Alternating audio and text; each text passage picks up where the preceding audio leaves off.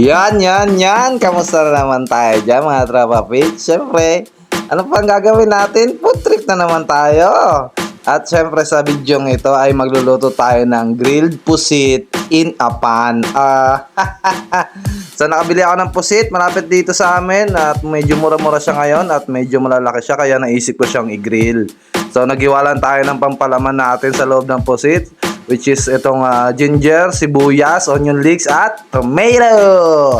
At pagkatapos niyan, isasama-samahin lang natin siya siyempre.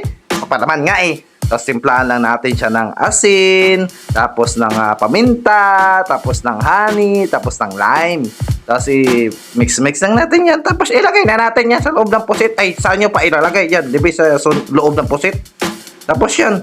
Pagkatapos yan, ipapan-fry na natin yan mga tropa pits. Magpapainit lang tayo ng, ng pan. Siyempre, alam ka na palamigin mo yung pan. Siyempre, painitin mo. Tapos isa lang mo na yung pusit. At saka advice ko lang no, hindi siya talaga advisable na i-grill sa pan kasi nagtutubig yung pusit. Kaya yun, hindi siya natin na-achieve yung pinaka-grill marks talaga niya, yung Kaya wala tayong magawa. Nilagyan na natin yan ng contripin na natin, chili garlic oil, tapos soy sauce.